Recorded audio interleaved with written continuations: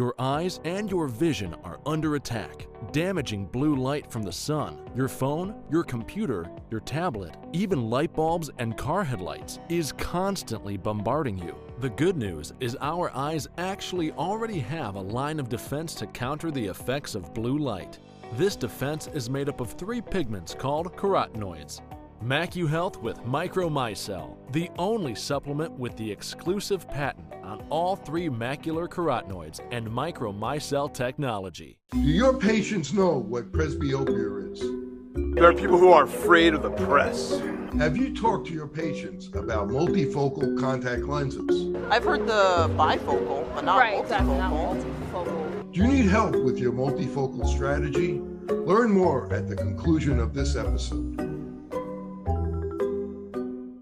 With more screen usage and indoor time, myopia, also known as nearsightedness, is increasing and getting worse in children. Now, certified eye doctors can prescribe MiSight One Day, the first and only FDA-approved soft contact lens to slow myopia progression in age-appropriate children. Visit CooperVision.com to find a Brilliant Futures certified eye doctor near you. Hello and welcome to the Open Your Eyes podcast. I'm Dr. Kerry Gelb, the host of the documentary Open Your Eyes. If you're new here and you like our interviews, press like, subscribe, share, and hit the bell to get notifications of great new interviews. Also, please leave comments. Great news, you can now watch our full-length documentary Open Your Eyes on Amazon Prime, Apple TV, iTunes, Google Play, and YouTube movies and shows. Omega-3s are an essential fat that's needed to survive. Humans must consume omega-3s from food because we cannot manufacture it. Studies show DHA and EPA found in omega-3s have powerful health benefits for the eyes, brain, heart, and other body systems. Today's guest, internist Marina Green, MD. Dr. Green also holds a PhD in micronutrients and targeted nutrition. Our micronutrient research focuses on carotenoid and omega-3s and how it benefits visual function and cognitive performance. Dr. Green, thank you for joining me today. Thank you, Carrie. It's so nice to see you, and I really appreciate, omega-3s is a very highly studied drug in medicine. I've seen places where it's approximately the 5th most studied drug in medicine. And it gets kind of confusing because there's an alphabet soup to essential fatty acids. So let's start off with omega-3s and the different types of omega-3s, EPA, DHA, ALA. So if you could give us a little insight on that. Absolutely. Carrie, first of all, thank you for having me here. And it's through a series of research and evidence that we've reached this level of knowledge. I started getting into the area of omegas because of my PhD. Even though it wasn't focused on omegas, it was focused on carotenoids for as micronutrients for metabolism, particularly eye function. I realized how important the addition of omegas into our diets and into our wellness are for human function. So omegas, like you said before, are a certain type of fatty acids, and they are exclusive because we cannot produce them. They have something that is called a double bond, so that's why they're unsaturated compared to saturated fats. So very generic and very briefly, you have 2 different types of fats: the saturated, which we all know are bad for you, like butter and those kind of very solid fats, versus unsaturated fats, and that's where the omegas come in. They're called omegas because they bend into this omega shape of the Greek letter, and they have double bonds, which by definition that makes them called unsaturated. And depending on the place where the double bond is, you have then omega-3, which occurs in the 3rd carbon, omega-6, which occurs in the 6th carbon, and omega-9, which occurs in the 9th carbon. Omega-3s and omega-6 are very important for us. They're essential polyunsaturated fatty acids, but particularly omega-3s are very relevant because we don't get enough of them throughout our diets. So tell me about ALA. What is ALA? And then we'll get into DHA and EPA. ALA is alpha linoleic acid. It's a very common fatty acid in our diet. It's very abundant in seeds, particularly flax seeds, chia seeds, hemp seeds, and that's why they're in this new era of this trendy nutrition for getting into more seeds is so important. And it's a very important molecule because from there, the body can then form the next two molecules, which are the other two very important omega-3s, EPA and DHA, eicosapentaenoic acid for EPA and docosapentaenoic acid for DHA. So they are in the same metabolism of fatty acids. The first molecule to appear is ALA, and that's why it's so important. And then the body can break it down and keep adding, elongating the molecule to become a very long chain, and then into an EPA molecule, and further down the series of metabolisms into DHA. So ALA is mostly from plants, and only a small amount can be converted to DHA and EPA, maybe 5%. Is that correct? Correct. So that's another key here, and why omega-3s, particularly EPA and DHA, become so relevant. Even though the organism, our organism, or human beings are able to convert ALA into the other two molecules that are relevant, the process is not efficient enough, and it's not enough. So we don't get enough ALA to transform it all into DHA and EPA, even though we do get enough amounts throughout our diet. The process is not efficient enough to convert into enough concentrations, circulating concentrations for our body to metabolize and use DHA and EPA. And we do use ALA, and we use it for energy. Is that correct? Yeah. Well, see, the thing with fatty acids is that the key of life is thanks to fatty acids, and that's the development or the creation of the cell membrane. Thanks to that compartmentalization is why life happens. And cell membranes are made of fatty acids, are made of lipids.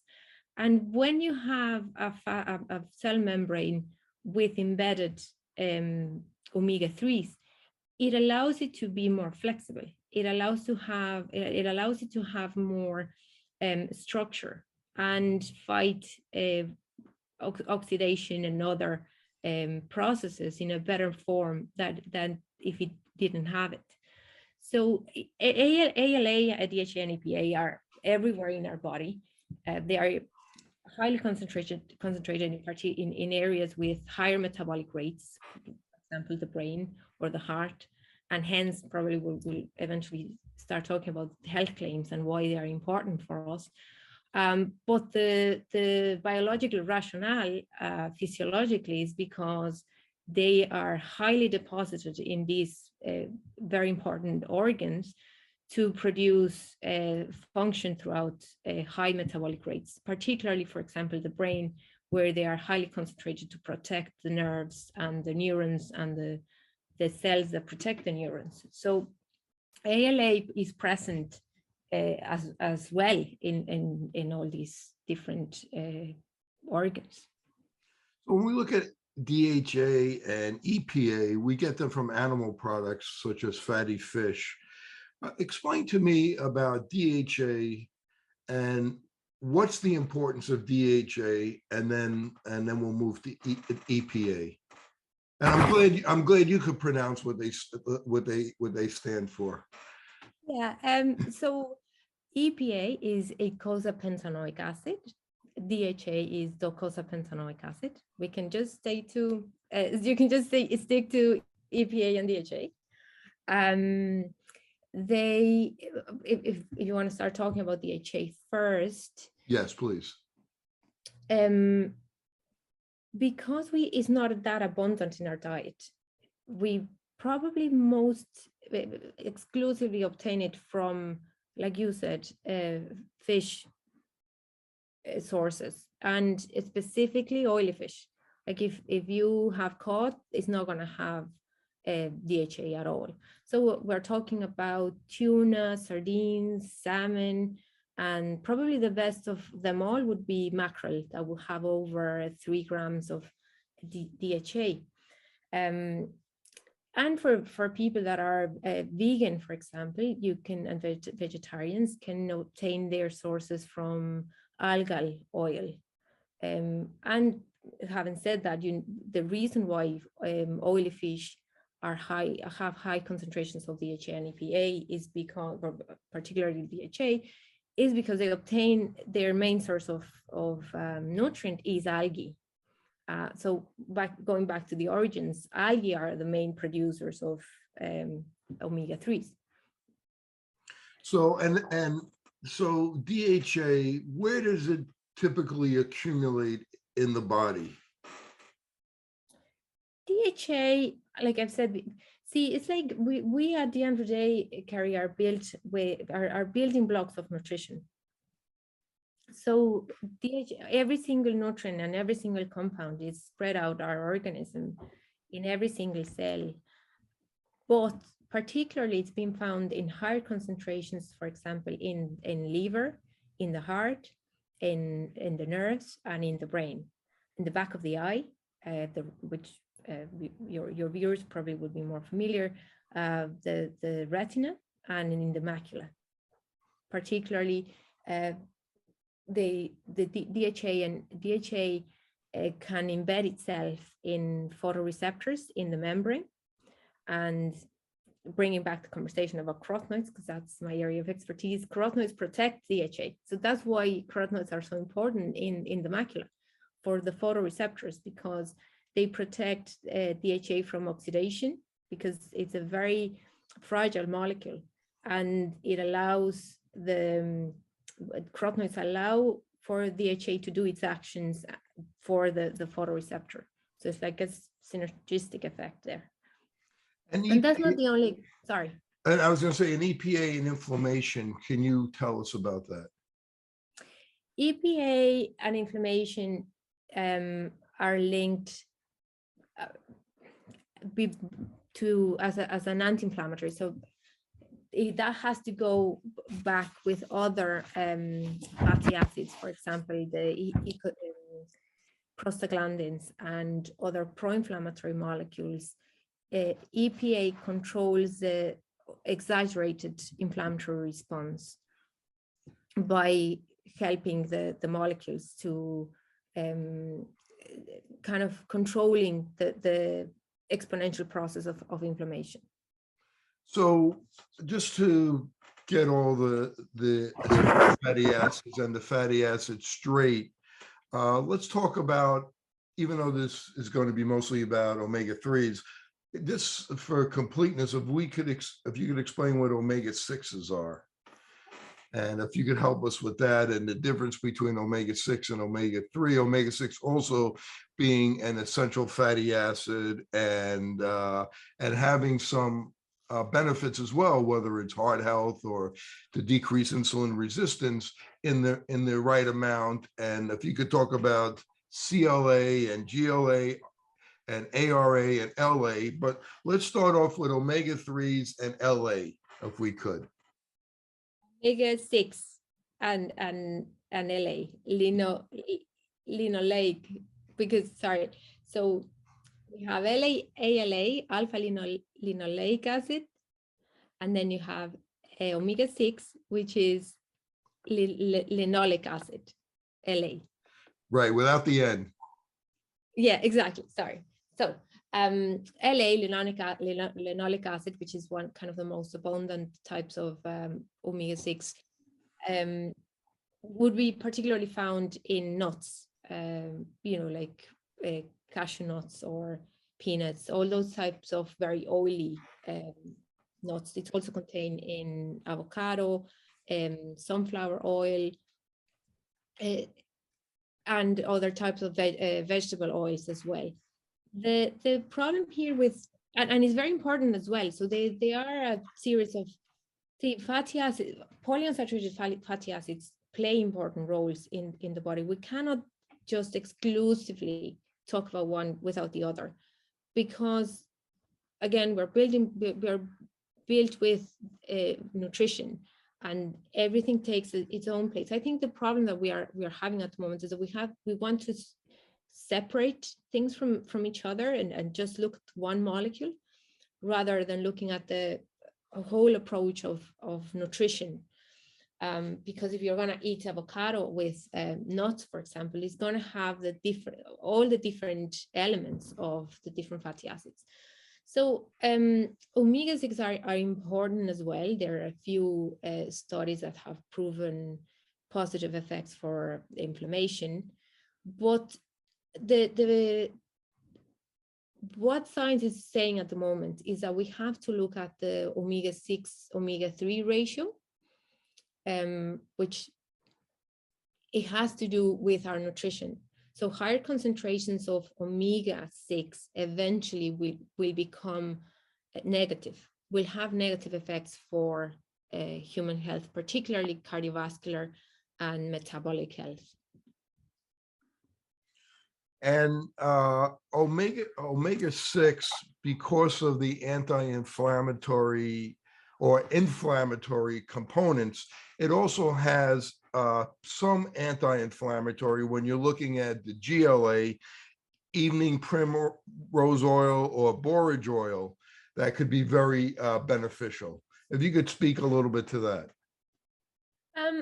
That wouldn't be my area, Carrie. I would be focused particularly on omega, not on omega-6 at all, just on a more of a practical therapeutic process with patients in clinical practice, and kind of a very general overview of omega-6 and omega-9. Omega-6 have become relevant because of what you just said there. They have they've important properties to cellular metabolism and anti-inflammation. But when you have higher concentrations of omega-6, and that's when you have a diet high in fatty acids, or you have more of a Western diet, you flip the ratio. So that means that you're not having enough omega-3s and you're having a lot of omega-6, and that's when pro-inflammatory actions take place, particularly mechanisms of action and how omega-6 on their own with these oils have their different effects. I wouldn't know, that wouldn't be my area of expertise, but related to application and it's linked with nutrition and wellness. That's the key, that when you invert and you start having more of omega-6 intake rather than omega-3, or in a balanced way, that's when you flip the mechanism, the effects, and they start to become negative. So just briefly to explain history, ages before, we used to have a ratio 1-to-1, so which means we used to eat as much omega-3s as we used to eat omega-6. So our diet was balanced in that sense, and now it has flipped in that some cases you have a ratio of 20-to-1, so too much omega-6 in relation to omega-3 intake. Again, that doesn't mean that just taking it exclusively like that, omega-6 is bad. Omega-6 is bad in higher concentrations, and when you don't balance that out with the omega-3. So I guess it comes from we're eating too many processed foods with inflammatory oils that's raising that ratio of omega-6 to omega-3. We want a 4-to-1 ratio down to a 1-to-1 ratio, like in the Paleolithic times, but we're at like 20 to 40 to 1. And of course, when we have that big, when it's out of balance like that, we increase our risk of all inflammatory type diseases, inflammation being the core component of chronic disease. So we're looking at an increased risk of insulin resistance that could lead to diabetes, et cetera. Now, if you could just real quick, omega-9s, and then we're going to concentrate on omega-3s, but just tell us a little bit what omega-9s are, and we could get this alphabet soup out of the way. Omega-9s, again, very briefly, they are fatty acids that have their double bond located at the 9th carbon after from the start of the chain, the carbon chain. They are monounsaturated, they just have that double bond. And the most common of omega-9 would be olive oil. And as everybody knows, olive oil is it's part of the Mediterranean diet, and the Mediterranean diet has been proven one of the best diets in the world, particularly for primary prevention in cardiometabolic diseases such as diabetes, obesity, cholesterol, etc., and cancer included in those cardiometabolic diseases. And you have the other now trendy oils such as avocado oil or the nuts oil. Yeah, cashew oil. What do you think about avocado oil and olive oil for cooking? Yeah, we always get that question.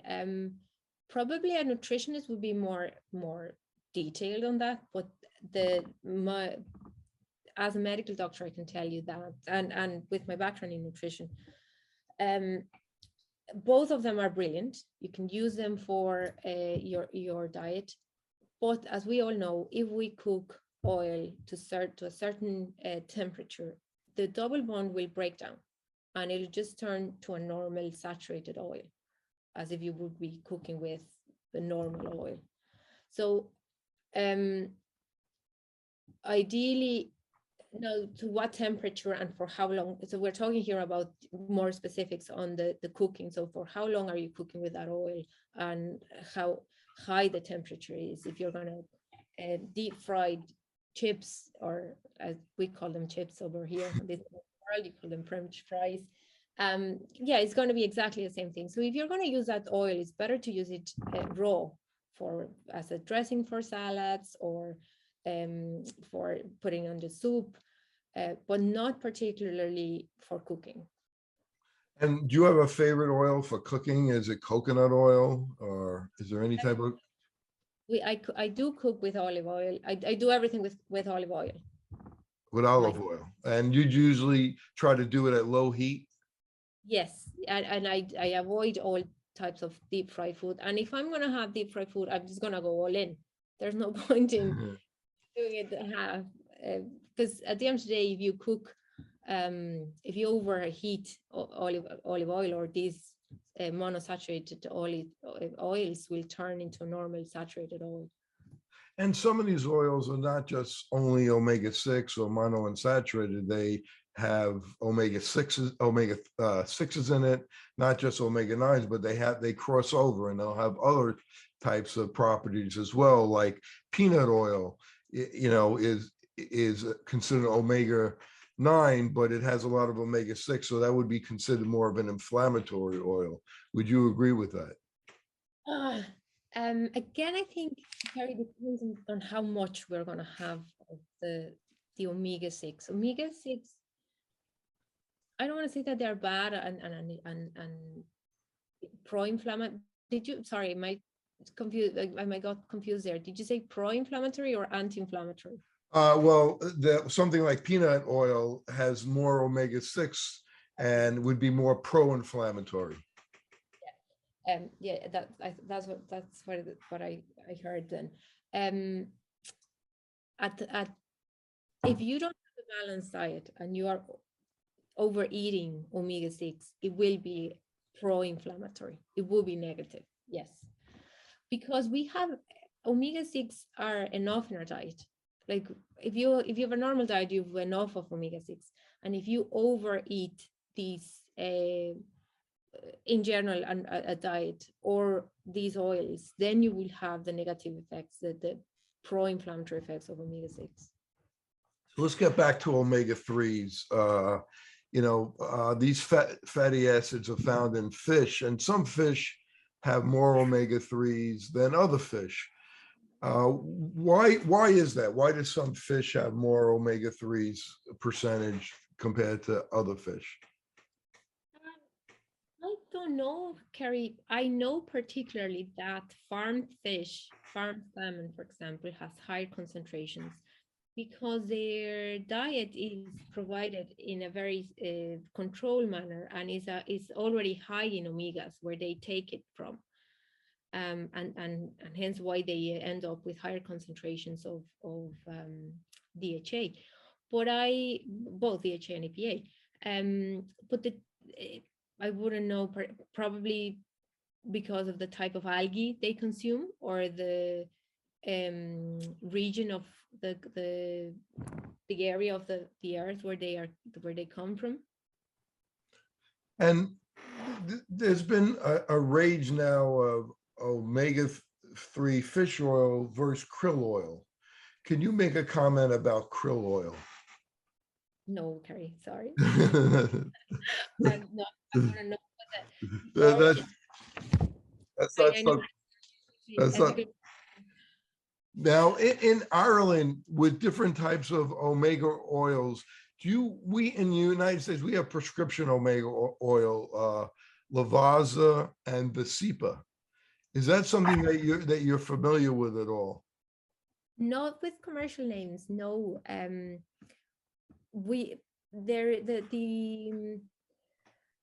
There are different reasons why we prescribe omega-3 particularly, and one of the most established ones is for high triglycerides.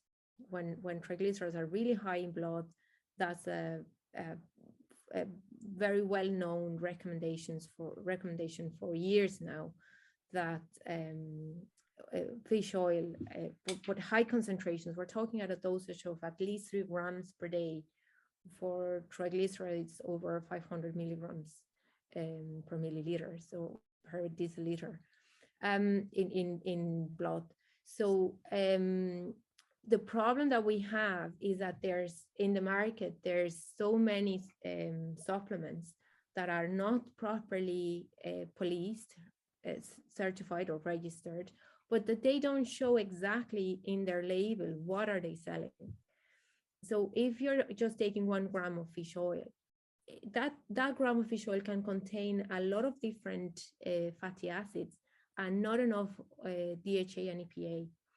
So regardless, I know, for example, in the US, TG omega-3 is a good supplement in terms of high concentrations, and it fully discloses exactly what type of concentrations you're getting for omega, or DHA and EPA, and you're getting both, which is very important, not just taking one molecule on its own. MacuHealth, your science-born and tested solutions for visual performance, macular degeneration, and dry eye syndrome. New products coming soon. Embrace the science. So you mentioned triglyceride. Can you explain the difference between ethyl ester omega-3s versus triglyceride? Ethyl ester omega-3s. Yes. So in the United States, like Lavazza, Vasipa, which are prescription, or some of the cheaper omega-3s, they're considered ethyl ester versus triglyceride omega-3. Is that the I'm sorry, Lavazza, Vasipa are ethyl ester omega-3s instead of triglyceride. Is that something that you look into, the different forms of omega-3s? I wouldn't know, Carrie. No. Usually it's DHA and EPA as the best omegas you can get would be EPA and DHA. Now, there are different types of extraction. Some of them are purified. Some of them are just the fish oil. Yes. Okay. Talk about, we call it ethyl ester and triglycerides, but talk about the extraction part, if you could. It's not my area of expertise, Carrie. I'm more into the practical application and the uses, and more of the holistic approach with nutrition, as having omegas as a very important part of it. The extraction process is like everything. They have its chemicals to break down the fish oil, and the extraction process to obtain the purified molecule, versus leaving the fish oil, the gram of fish oil with all the different molecules that compose fish oil, or that fish have. Okay, let's talk about the practical side of it. Health studies and omega-3s, and you mentioned triglycerides. Just give us a little bit more insight about how omega-3s could affect triglycerides, and does it affect cholesterol? So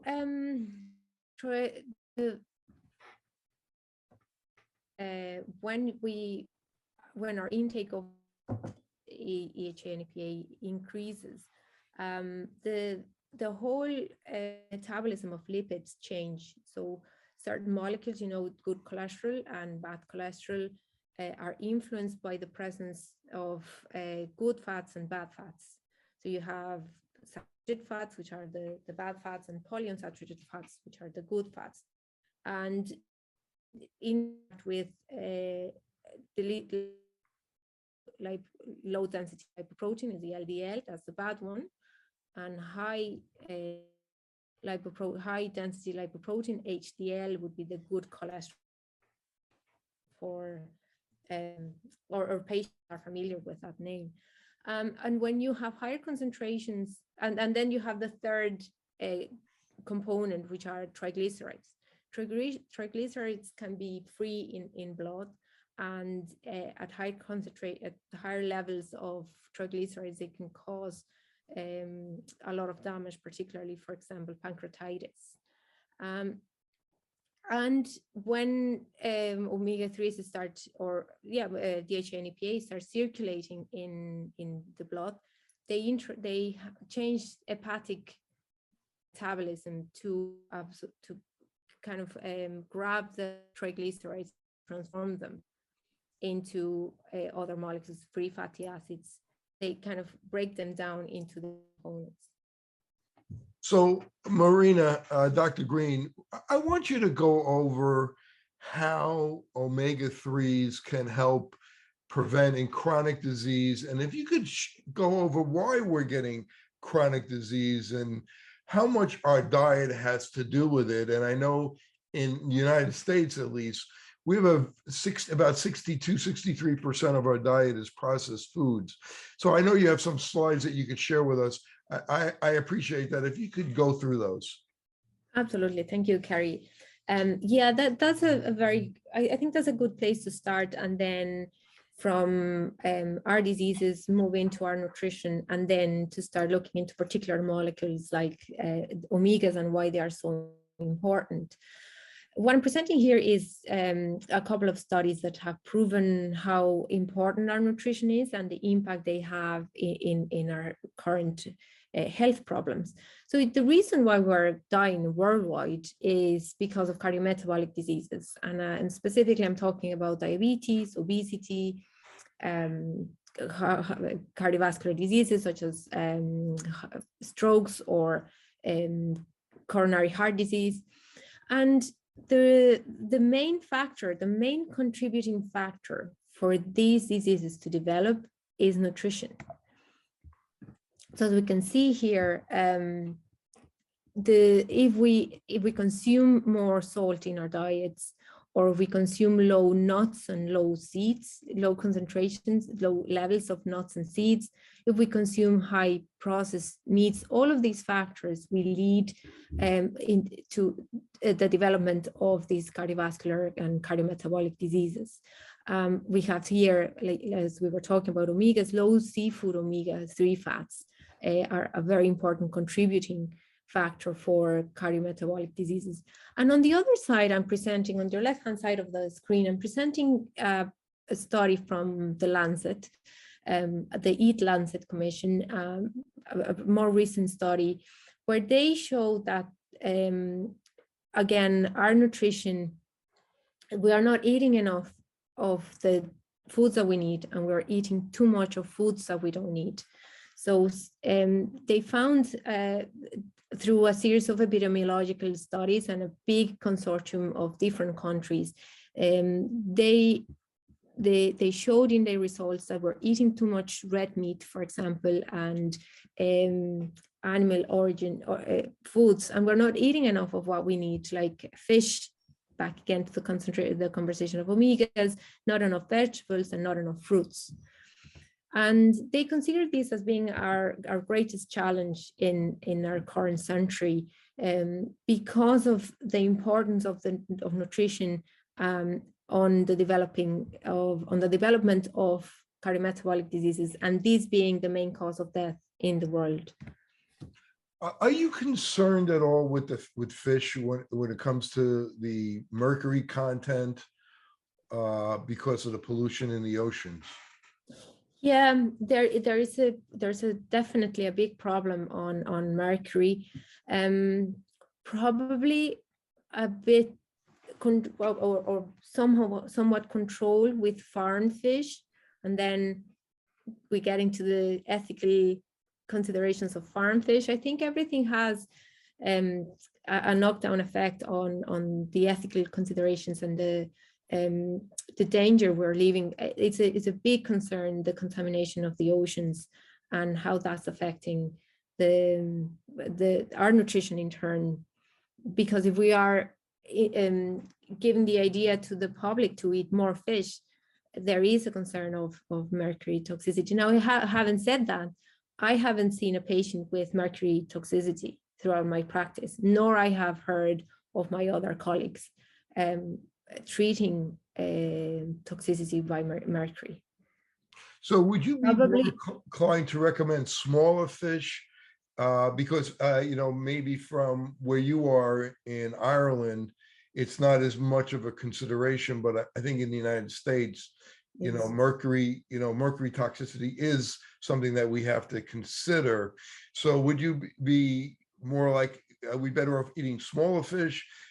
Should we be eating fish every day or maybe only a couple times a week because of the mercury problems and other contaminants? I'm talking from the United States, and I know you're not in the United States, but I was wondering if you and your colleagues who think about this and give this a lot of thought, if it's something that you consider. That's a very good point. Not really, Carrie, because it is not a concern here realistically.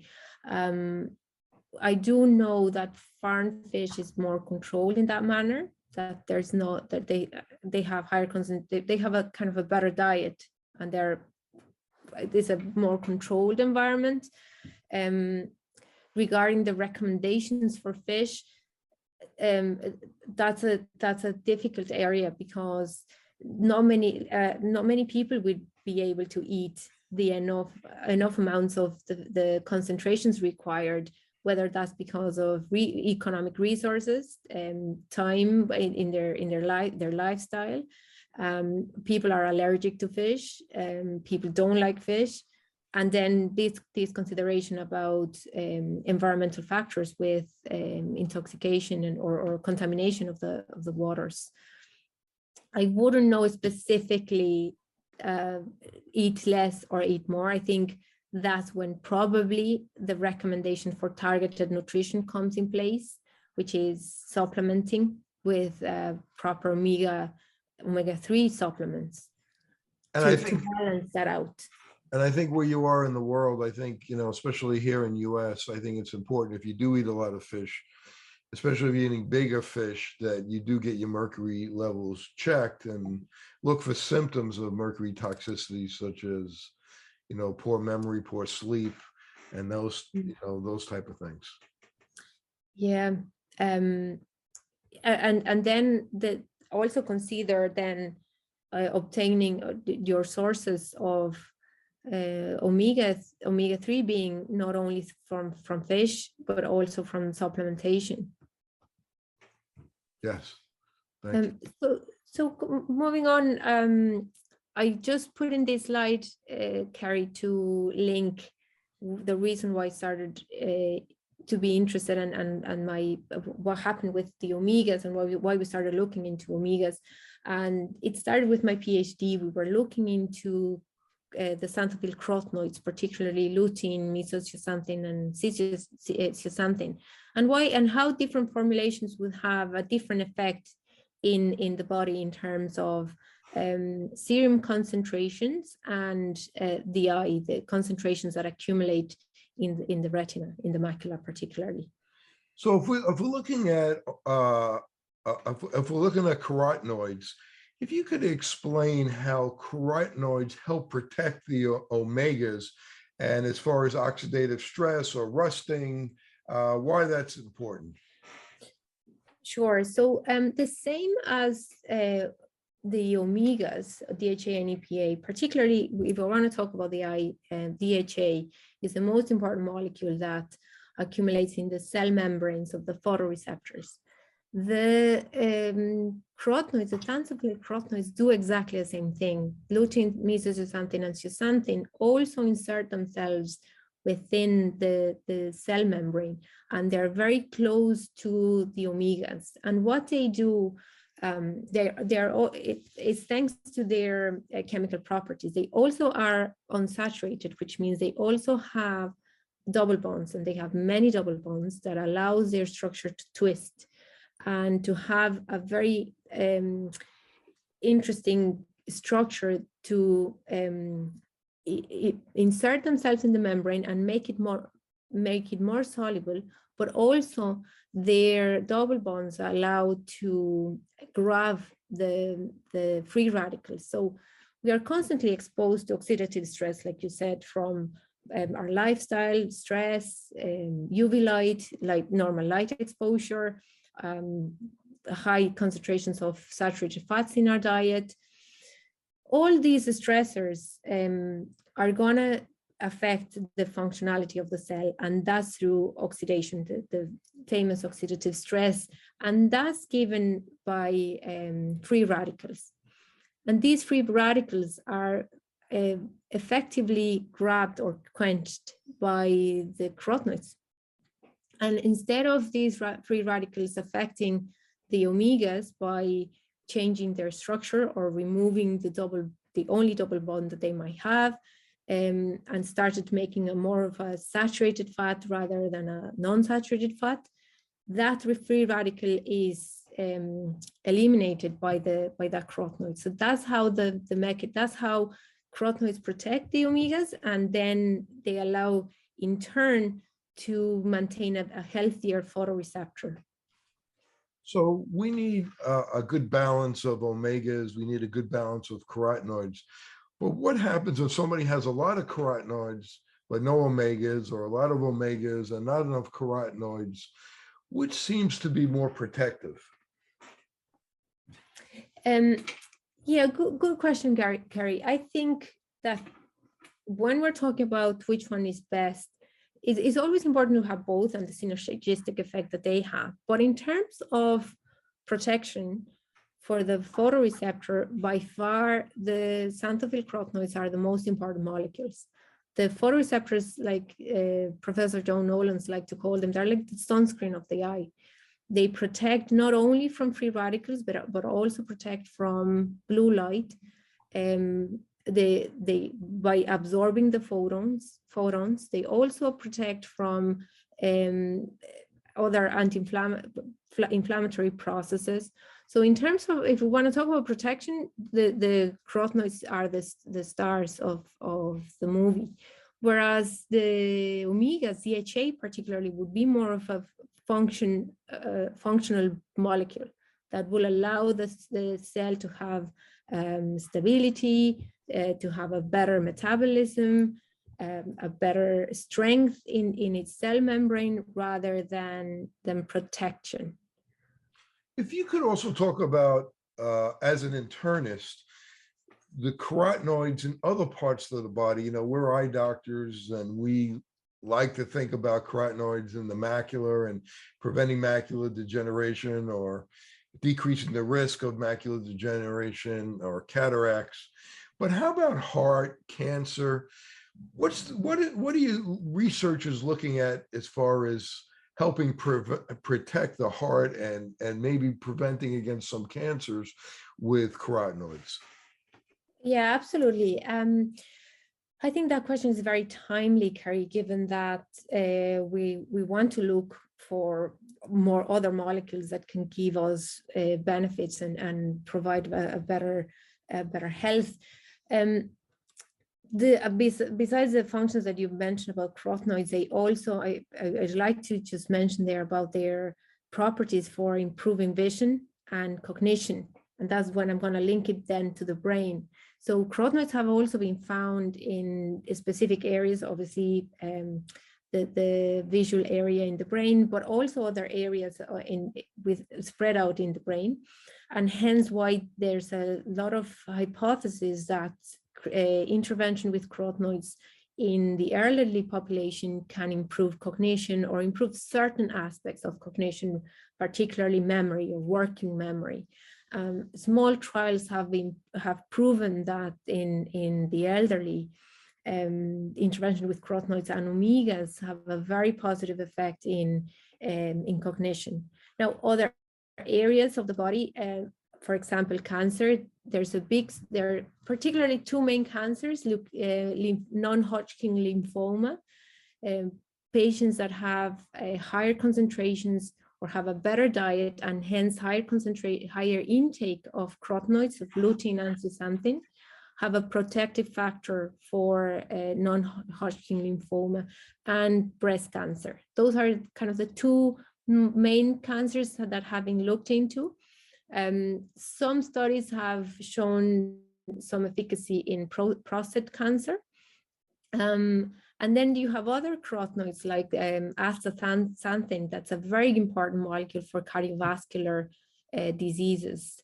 Also, particularly the metabolic syndrome, which we're talking about, altered glucose or altered lipid profile, potentially hypertension, and the initial process of atherosclerosis.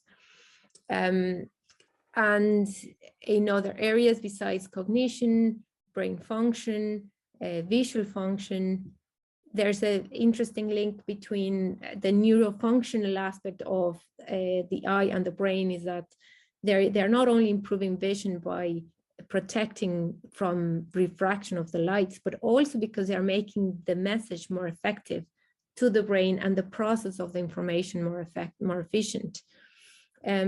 There has been also studies done in the liver. There's concentrations, higher concentrations. Now, again, lutein and zeaxanthin are found throughout the organs, the heart, the liver, the kidney, pancreas, but they are at higher concentrations, obviously really high concentrations in the macula, higher concentrations in the brain and also in the liver. You mentioned astaxanthin. What is astaxanthin as a carotenoid? A lot of our listeners may not know. They may know lutein, zeaxanthin, mesozeaxanthin, but they may not know about astaxanthin. And astaxanthin will get a lot of press at times, and then to kind of not see as much of it. But supposedly it has it's much more antioxidant effect than even vitamin C, and it's a very powerful antioxidant that the body needs. If you could mention a little bit about it and its benefits in the skin and maybe some other parts of the body, and where do we get it from? Absolutely. So astaxanthin is another carotenoid. It's not widely available in our diet. It's very similar to omegas. We can obtain it from algae, for example.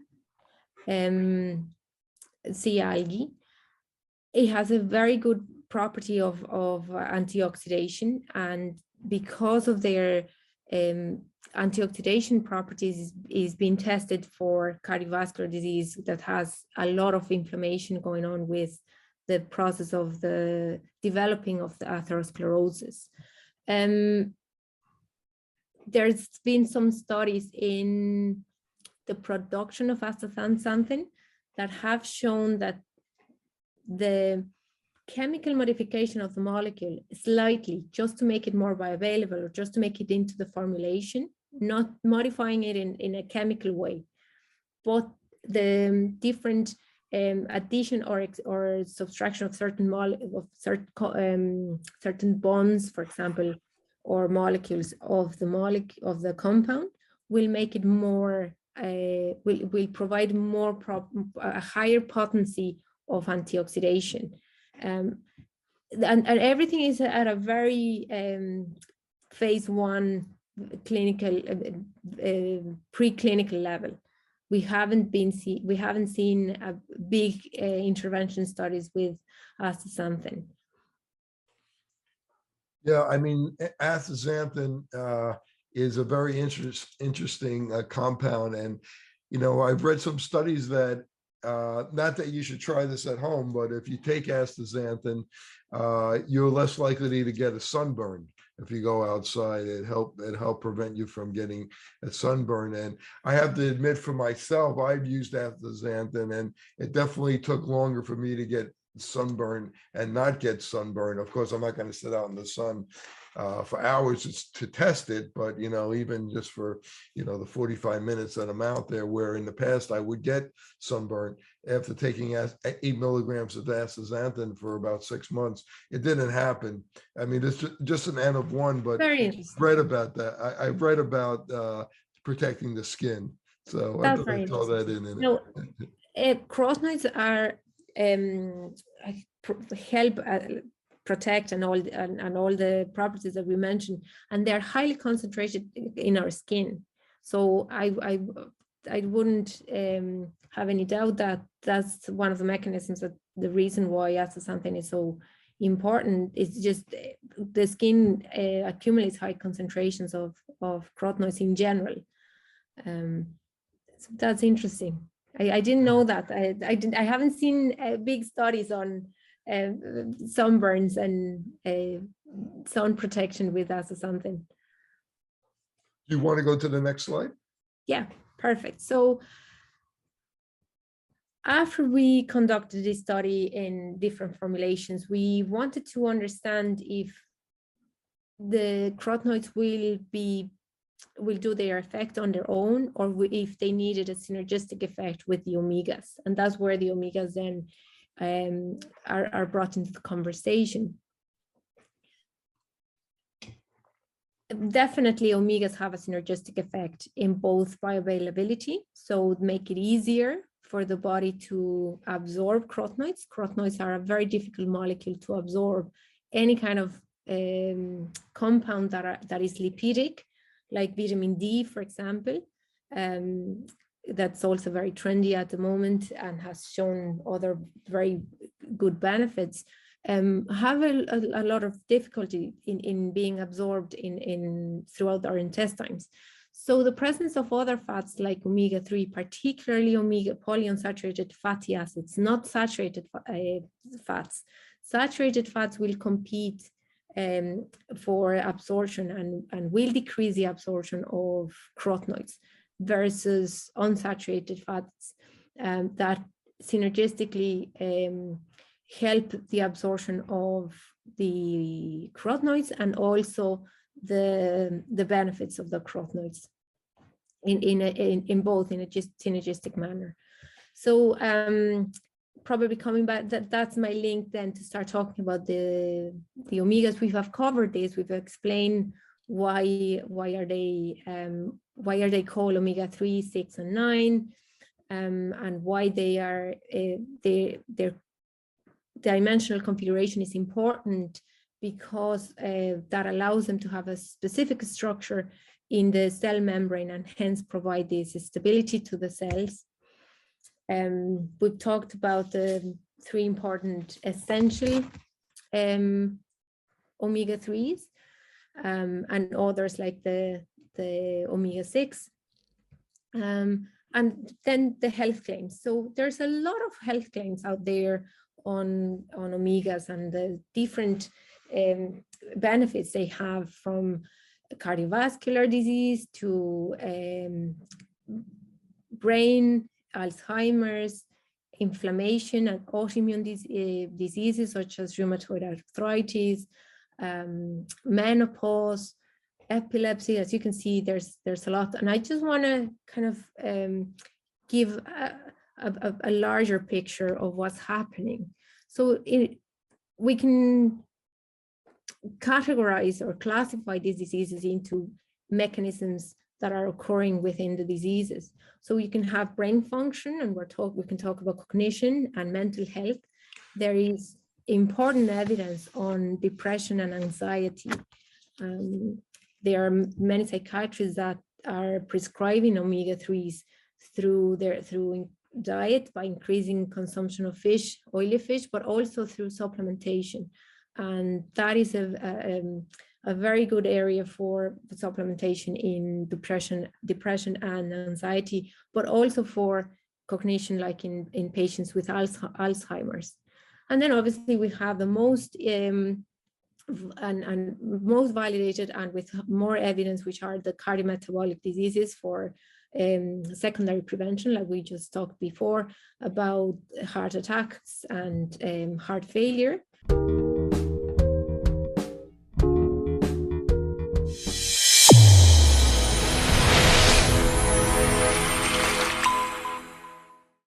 Your eyes and your vision are under attack, damaging blue light from the sun. Your phone, your computer, your tablet, even light bulbs and car headlights is constantly bombarding you. The good news is our eyes actually already have a line of defense to counter the effects of blue light. This defense is made up of 3 pigments called carotenoids. MacuHealth with MicroMicelle, the only supplement with the exclusive patent on all 3 macular carotenoids and MicroMicelle technology. Fitting multifocal contact lenses presents a big opportunity to meet patient needs while growing your practice. Alcon is your partner not only with our innovative portfolio, but through e-learning. Learn to enhance your multifocal strategy today with the Alcon Experience Academy. OIE Broadcasting is the emerging leader in social media. We use scientific entertainment to drive more patients into your office. Visit oiebroadcasting.com and sign up today. Since I bought Safe For You, my dad makes me clean his boat. Es natural y es un buen producto. Every time I go back to school, my mom always makes sure that I have my Safe For You products. I bring extra, and my roommates certainly don't mind. It's a good thing I had Safe For You to clean up after this little guy. When my hands get dry, I like to wash them with Safe For You.